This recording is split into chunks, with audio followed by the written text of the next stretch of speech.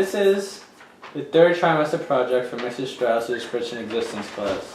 Interview with the married couple. Question number 1. How long have you been married? 20 years. Okay. Who's the married couple? How old were you when you met each other? I was 20. 25. Describe your courtship.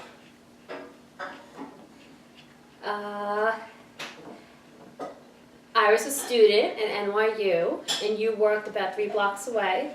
So we would meet for lunch, meet for dinner. Mm-hmm. Then on weekends, we would go to either my house or your house. Family events, movies,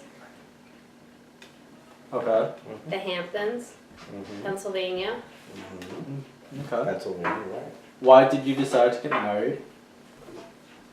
Because we love each other. Describe your engagement. Expensive. Okay. You want to elaborate on that? This has to be 10 minutes. Are we at the last question already? No. But you're What was the engagement you're period 1/3 of the like? way That's there. my charger, by the way. What was the engagement period like? Yeah. Well, we did the same that we did when we were dating, a lot of family functions, and then it just got added the fact that now we had to start planning for a wedding. How old were you when you got married? I was 24. 29. Okay. Mom, what were you looking for in a spouse? Somebody I can trust, somebody that was family oriented, and someone that I can depend on. Dad, what were you looking for in a spouse? I wanted a trophy wife. Alright. Are you gonna keep that answer? He answered, Just cut that he out. answered the You question. can just cut it out. You don't have to even. Question number 8. How does the reality of marriage compare to your expectations of what marriage would be? How does it compare? I think it's pretty much spot on. And the reason why is because my parents were married and they still are married, and I know what their marriage was like. And My parents were married, right, so we kind and of they knew. were still married. Right, so we knew what married life was like, what it was like for real. So we definitely it met our expectations. There was no. And most of our Disappointments. family, and we were surrounded by people who were married. Okay. How do children affect marriage? How do children affect marriage? Well, it affects the dynamics because in the beginning, your marriage, you're focused on each other. And now with each child that you have to add somebody else to the mix. So now you have your own feelings, your own needs, and now you have to take into account of another human being's needs and make sure all the needs are met. Right. You also have to make sure that you don't forget that you're still married, and even though your kids are very important to both of us, we are important to each other also. We can't forget that.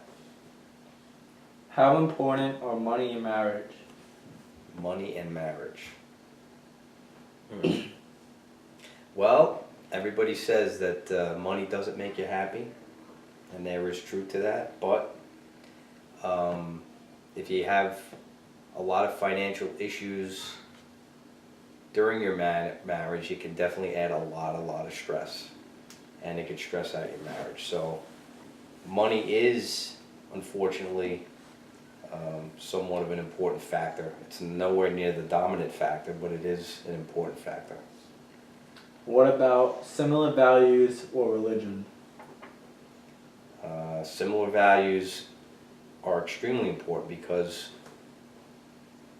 if we both carry the same values in life, we can do things that basically complement each other and things that basically we both agree on.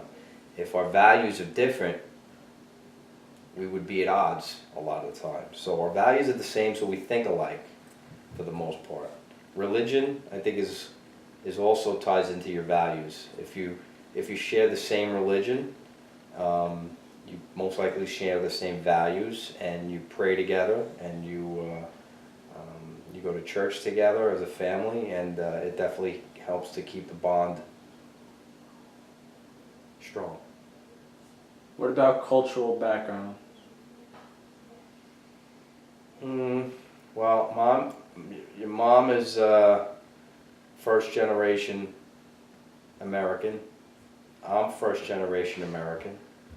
And both of our mom's parents and my parents were all born overseas. And so mommy and I both have a very similar upbringing in terms of being brought up with parents that basically immigrated to this country. So it's very, very similar. We basically, grew up very similar. Even though mommy's Colombian and I'm Italian, we have very similar backgrounds. And there are also a lot of the cultural and both Hispanic and Italian tend to be very family oriented. So we grew up with that. So it makes it easier for us. What about your educational background?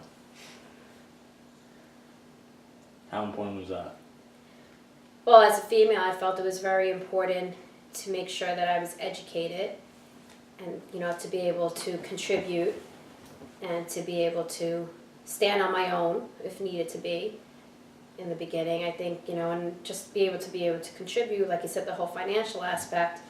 In this day and age, you usually need two people to be able to live comfortably, be able to enjoy things, provide for the family. Two streams of income, Right. dual incomes. To be comfortable. Okay.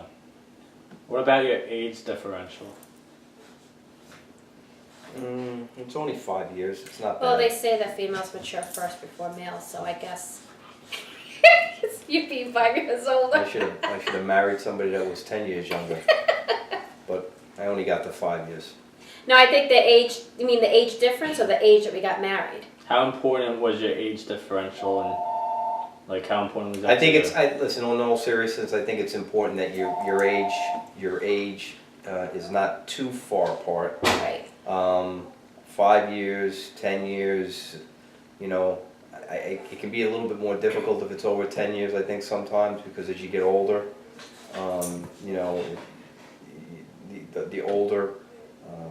the older person may have issues or may slow down a bit, and the younger person. And the younger person may start to feel maybe resentment that they have to take care Right. of this person now.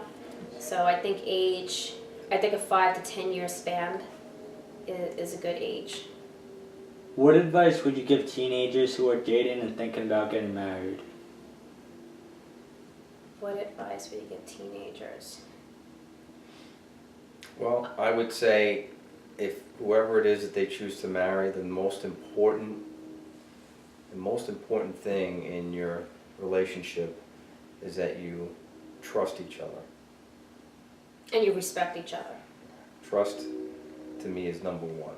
Because if you trust somebody in a marriage, you don't have to constantly be wondering about things, and you can just wholeheartedly give yourself. So trust is extremely important. What advice would you give to a young married couple that is experiencing marital difficulties and thinking about divorce?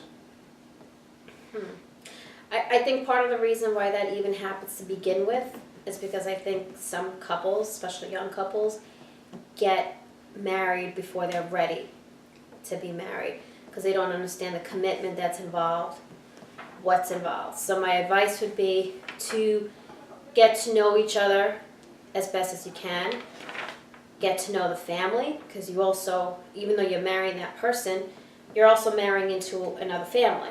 So get to know each other, get to know the family, because the more that you know about each other, the more that you have in common, then more chances that you'll have a successful marriage. Now, if you do getting married and you're still having problems, maybe counseling, maybe sit down with your priest, or sit down with another married couple, and discuss it and go through it, because it's something that you take very seriously, and you shouldn't just. You're always going to have problems, but you shouldn't just say, "Oh, we have a problem. That's it. It's over. It's done."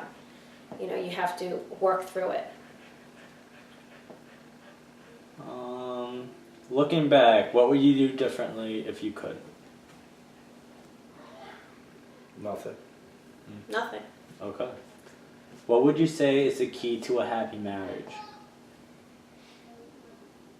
Trust. She's got to be able to cook good.